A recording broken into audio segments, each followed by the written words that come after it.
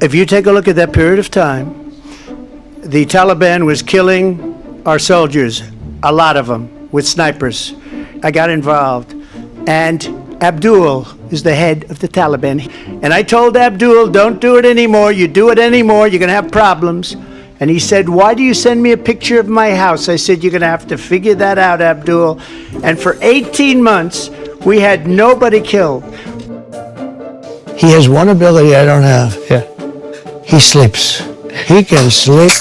This guy, he has an ability to fall asleep while on camera. He can lie down on one of those things, and in minutes, he's stone cold out. She was big on defund the police. In Minnesota, she went out, wait a minute, I'm talking now, if you don't mind, please. Does that sound familiar? Tax cuts. Mr. Vice President, I'm speaking. I'm speaking.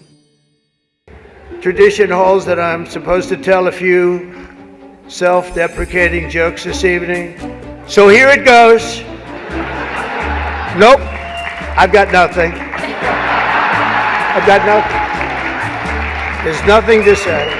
I guess I just don't see the point of taking shots at myself when other people have been shooting at me for a hell of a long time. We're playing with World War III, and we have a president that we don't even know if he's... Where is our president? Where is our president? We don't even know if he's a president. They threw him out of a campaign like a dog. We don't even know. Is he our president? But unfortunately, Governor Walz isn't here himself, but don't worry, he'll say that he was. He's going to say he was. And was in Hong Kong in May of '89. I got there that summer and misspoke on this.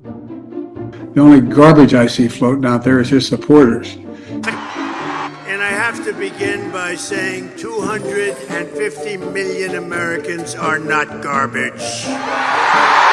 I'm in this beautiful plane. One of my people came in and said, sir, you know, the word garbage is the hottest thing right now. Would you like to drive a garbage truck? Now, we're about 30 minutes from landing, and I said, you know, I think that's okay. They pulled up this garbage truck. I don't know how the hell they did it so fast. I have very capable people. So I said, how the hell do you get into this truck? It's way up high. And I said, man, this is bad, because now I have all the cameras. If I don't get up there, this is going to be very embarrassing. They'll say, he's cognitively and physically impaired. The first day is like up here. I'm saying, shit. So I had the adrenaline going and I made it. Why hasn't she done it? She's been there for 3.5 years. They've had 3.5 years to fix the border. Why hasn't she done it? I just ask one simple question. Why didn't she do it? They wanted me to go up by stretcher, and I didn't like that. I had a lot of people watching. I don't want that. I said, look, I'm not going on a stretcher. Get me up. I wanted my shoes because no. Let me get my shoes. Let me get my shoes. No, they hit me. They hit me. No, when they went down, they hit me so hard that for some reason both shoes were off. He said to me once, he asked if he could have a couple of his friends over for July 4th on top of Trump Tower. Right. And you said yes. He's like, I want 5 friends. You're like, okay, I'm out of town. Go for it. He brings 200 people over to Trump Tower. Okay? That's right. Okay. He says that you weren't supposed to be there. You end up showing up. You hear some noise upstairs. You come up. You go, what the fuck is everybody doing here? Get the hell out of my house. He said he cleaned for the next 36 hours. And he said, to this day, you have never brought up that it even happened. And he said, I'm starting to believe it might not have happened. Can you give him closure? No, it happened. No, I can never give closure.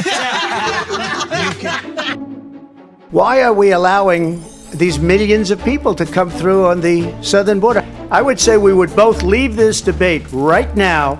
I'd like to see her go down to Washington, D.C. and let her sign a bill to close up the border, because they have the right to do it. They don't need bills. The President of the United States, you'll get him out of bed. If he signs a bill that the border is closed, the border is closed. Again, my wife doesn't love the spotlight. We're doing this fundraiser for Trump in my hometown of Cincinnati, The way these fundraisers always work is you do a line of photos, and my wife and I are the last people in line, and he gives Usha a big hug. He's like, Usha, you look so beautiful. I'm so glad to see you. And then he's like, what do you think about politics? And she gives this super diplomatic answer. She's like, well, sir, you know, JD really believes in it, and he really believes in public service, and I'm glad to be supportive of him. And he looks at her and says, yeah, my wife hates it too. Kamala has no vision, no ideas, no solutions for anything.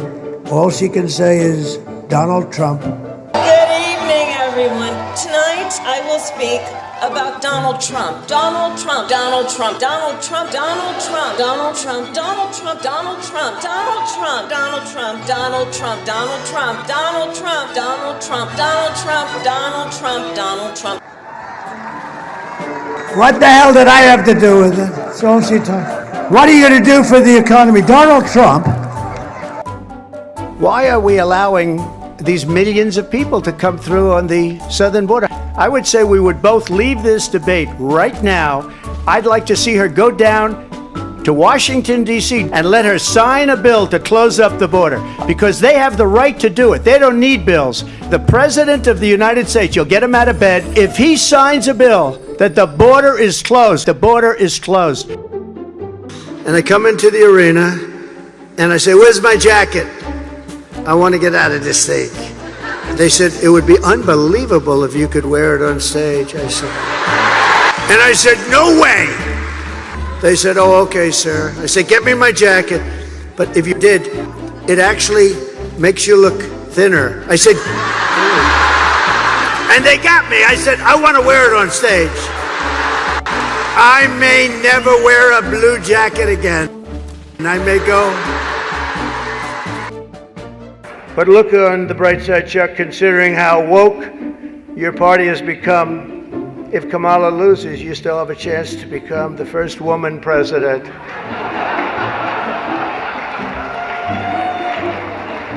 And I actually said, do you mind if I do that? He said, no, you got to do what you got to do. He's a pro. He's a professional.